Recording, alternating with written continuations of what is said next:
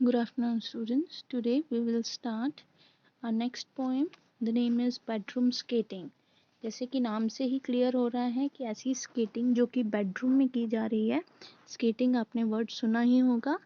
Skating जैसे कि ice के ऊपर, बर्फ के ऊपर एक टायर से बने हुए शूज होते हैं. शूज के नीचे टायर्स लगे होते हैं. उन शूज के साथ चला जाता है या भागा जाता है. किसी तरीके की गेम है जो खेली जाती है, तो उसे स्केटिंग बोला जाता है. So let's start with the poem. Because there is no ice rink within 50 miles of our house, my sister perfects her dance routines in the Olympic Stadium of my bedroom. So यहाँ पे एक brother अपनी sister के बारे में बता रहा है कि क्योंकि उनके घर के आसपास 50 मील तक कोई भी आइस रिंक नहीं है. आइस रिंक मतलब बर्फ से बनी हुई जगह नहीं है उनके घर के आसपास, इसीलिए my sister परफेक्ट्स her dance routines in the Olympic stadium of my bedroom. इसीलिए मेरी जो सिस्टर है वो अपने डांस रूटीन्स जो हैं या फिर अपने डांस मूव्स जो हैं उनको परफेक्ट करती है in the Olympic stadium of my bedroom. मेरे बेडरूम को ओलंपिक स्टेडियम बना के वहाँ पे वो प्रैक्टिस करती है स्केटिंग की, क्योंकि घर के आसपास कोई भी आइस रिंक नहीं है.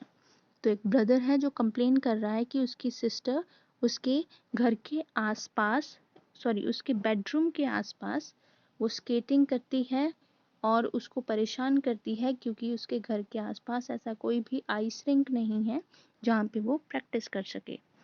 नेक्स्ट है wearing a soft expression and two big yellow dusters on her feet, she explodes out of cupboards. तो एक तो उसके पास स्केटिंग की जगह नहीं है, दूसरी उसके पास स्केटिंग के शूज़ भी नहीं है, जो स्पेशल शूज़ होते हैं वो भी नहीं है.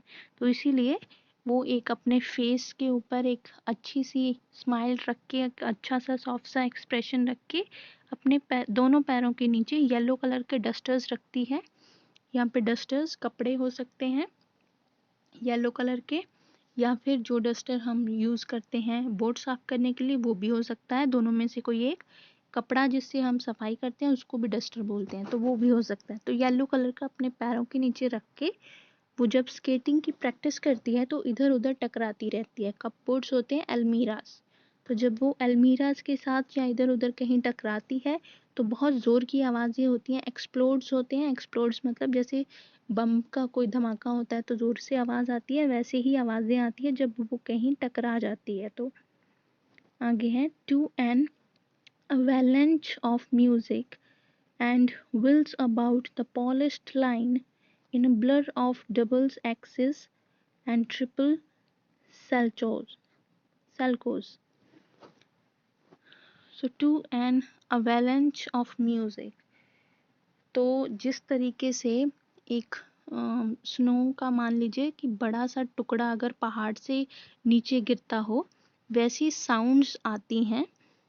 स्नो जैसे बर्फ का पहाड़ है तो बड़ा सा उसका टुकड़ा टूट के जब नीचे गिरता है, जैसी आवाज़ तब आती है वैसी ही आवाज़ तब आती है जब उसकी सिस्टर इधर उधर टकराती है. तो सेम वॉइस वहाँ पे आती है. And wheels about the polished line in the blur of doubles axels and triple salchows. और उसके साथ साथ उसकी सिस्टर जो है वो प्रैक्टिस करते वक्त इस तरीके से प्रैक्टिस करती है जैसे कि जो मूव्स होते हैं स्केटिंग के, ये जो लिखा हुआ है डबल एक्सिस एंड ट्रिपल सैलोस, इसका मतलब है कि स्केटिंग के जैसे हर गेम में एक स्पेसिफिक रूल्स होते हैं कि ऐसे ही करना है, वैसे ही स्केटिंग में कुछ होता है कि ऐसे ही घूमना है. तो वैसे घूमने की वो जो प्रैक्टिस करती है तो उस वक्त बहुत सारी साउंड्स आती हैं, तो वो ऐसा लगता है कि कोई बर्फ़ का बड़ा सा पहाड़ नीचे गिर गया है टूट के. तो वैसी साउंड्स आती हैं जब वो प्रैक्टिस करती है. तो नेक्स्ट है for her freestyle doubles she hurls two pillows she hurls this pillow called towel for her freestyle doubles. जब वो डांस की प्रैक्टिस कर रही होती है तो डांस में कई बार ऐसा होता है कि एक पार्टनर के साथ आप डांस करते हो, कई बार अकेले डांस करते हो, कई बार एक साथ में पार्टनर होता है. तो जो उसकी सिस्टर है वो जब भी कभी ऐसा इमेजिन करती है कि वो किसी पार्टनर के साथ डांस कर रही है, मतलब डबल्स में कर रही है वो प्रैक्टिस, तब वो एक पिलो लेती है और पिलो को टॉर्वल का नाम देती है और उसके साथ वो स्पिनिंग करती है, वो वहाँ पे डांस करती है। स्पिन का मतलब होता है गोल गोल घूमना। तो हर्ल्स जो यहाँ पे वर्ड आया है उसका मतलब भी ये है कि वो जब उस पिलो के साथ डांस करती है तो बीच में कहीं उस पिलो को, हर्ल्स का मतलब है कि जोर से उठा के फेंक भी देती है डांस करते करते। टॉरविल जो यहाँ पे वर्ड आया है, टॉरविल एक इंसान का नाम है जो कि आइस के ऊपर डांस करने के लिए फेमस था।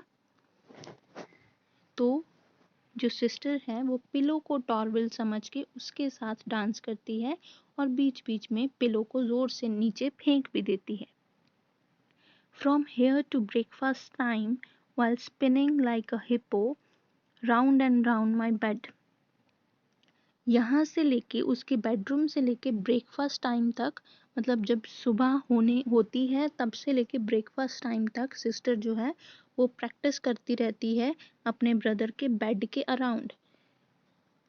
While spinning like a hippo round and round my bed, कि जब तक ब्रेकफास्ट का टाइम नहीं होता है तब तक उसकी सिस्टर, स्पिनिंग मतलब गोल गोल घूमती रहती है उसके बेड के अराउंड, बेड के आसपास वो घूमती रहती है लाइक अ हिप्पो। जैसे कि आपने देखा ही होगा एक राउंड सी चीज़ होती है खेलने वाली, जैसे कि कुछ टाइम पहले आप लोग स्पिनर से खेला करते थे, वैसी ही एक चीज़ होती है जो कि गोल घूमती है। तो वैसे ही उसी चीज़ की तरह वो उसके बेड के राउंड हमेशा घूमती रहती है जब तक ब्रेकफास्ट का टाइम नहीं होता तब तक। So imagine waking up to that catch morning. Small wonder my hands shake and I'm off my cornflakes. So अभी कंप्लेन कर रहा है ब्रदर कि imagine waking up to that catch morning, कि इमेजिन कीजिए कि मैं हर रोज़ ऐसी ही गंदी सी मॉर्निंग में उठता हूँ जब मेरी सिस्टर ऐसी प्रैक्टिसेस मेरे बेडरूम के अंदर कर रही होती है, मेरे बेड के आसपास कर रही होती है, और मुझे कितना शौक सा लगता है कि ये हो क्या रहा है मेरे रूम में। So small wonder my hands shake and I am of my cornflakes, और उसको देख देख के मेरे हाथ कांपने शुरू हो जाते हैं और मेरे हाथों से जो मेरा ब्रेकफास्ट है, जो कॉर्नफ्लेक्स मैंने पकड़े होते हैं, मेरे ब्रेकफास्ट जो है वो मेरे हाथों से गिर जाते हैं। Last Thursday she even made me stand up on my bed and hold up cards marked 6 while she gave victory salutes in the direction of the Goebbels cage. So last Thursday क्या हुआ उसके साथ कि उसकी sister ने उसे खड़ा किया, खड़ा कहाँ किया, उसके बेड के ऊपर खड़ा किया और उसके हाथ में कार्ड्स पकड़ा दिए जिसपे ऊपर 6 लिखा हुआ था।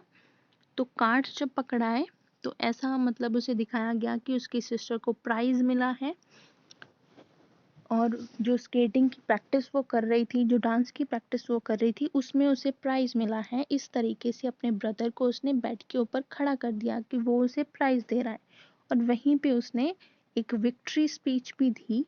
विक्ट्री स्पीच मतलब कि जीतने के बाद जो स्पीच दी जाती है तो वो भी दी। और जब वो ये दे रही थी तो वो देख किस तरफ रही थी, किस तरफ देख के वो विक्ट्री स्पीच जो है वो दे रही थी, in the direction of the gerbils cage. Gerbil होता है कि उनके रूम में शायद एक ऐसा केज, ऐसा दरवाज़ा होगा, ऐसी पिंजरा होगा कोई ऐसा, जिसके अंदर उन्होंने गर्बिल्स होते हैं, जो या तो माउस होगा या फिर रैट होगा या फिर रैबिट होगा, इन तीनों में से कोई एक होगा जिसका वो केज होगा, जिसका वो पिंजरा होगा। तो उसकी तरफ देख के उसने अपनी speech the. To be honest, despite her endless dedication and her hours of practice, I don't think she has a hope of lifting the world title.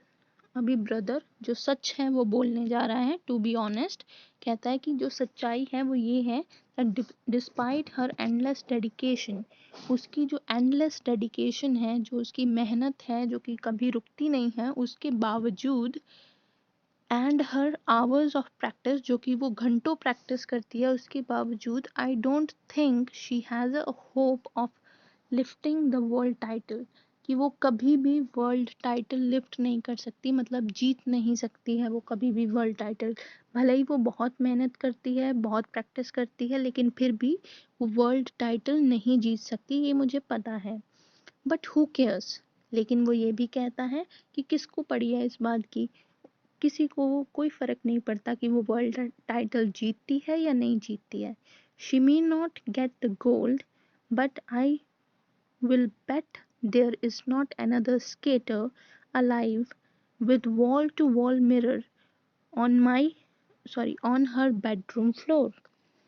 कि अभी ब्रदर लास्ट में कहता है कि किसी को फर्क नहीं पड़ता कि मेरी सिस्टर जो है वो गोल्ड मेडल जीतती है या नहीं जीतती है, कि भले ही वो गोल्ड मेडल नहीं जीते, लेकिन इस दुनिया में कोई ऐसा स्केटर अलाइव नहीं है, जिंदा नहीं है, जिसकी रूम के वॉल टू वॉल मिरर लगा हो।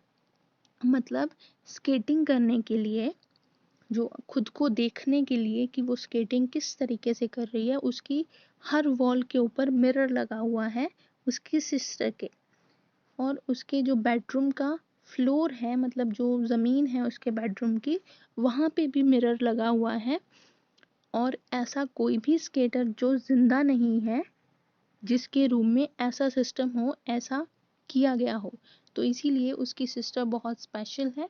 वो अपनी प्रैक्टिस और मेहनत बहुत ही अच्छे तरीके से कर रही है। इस बात के लिए वो ब्रदर जो है वो बहुत खुश है, लेकिन वो परेशान भी है क्योंकि उसकी सिस्टर हर रोज़ उसके बेडरूम में आके प्रैक्टिस करती है और उसको परेशान करती है। लेकिन फिर भी वो अपनी सिस्टर के लिए खुश है कि वो अपनी प्रैक्टिस नहीं छोड़ती है, अपनी मेहनत नहीं छोड़ती है। So that is all about the poem.